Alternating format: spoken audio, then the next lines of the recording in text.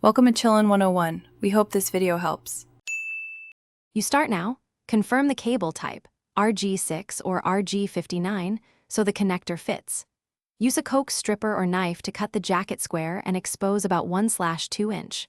Once done, trim the dielectric to about 1/4 inch and fold the braided shield back evenly.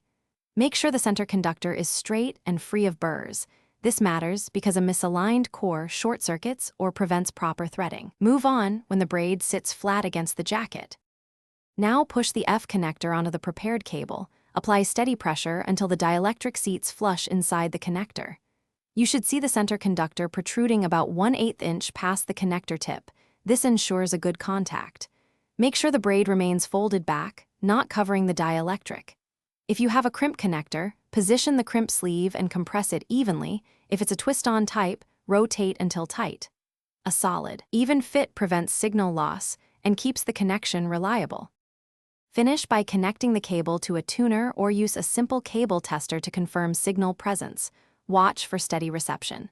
If the signal is weak or intermittent, cut off the connector, restrip the cable precisely, and reseat a fresh connector.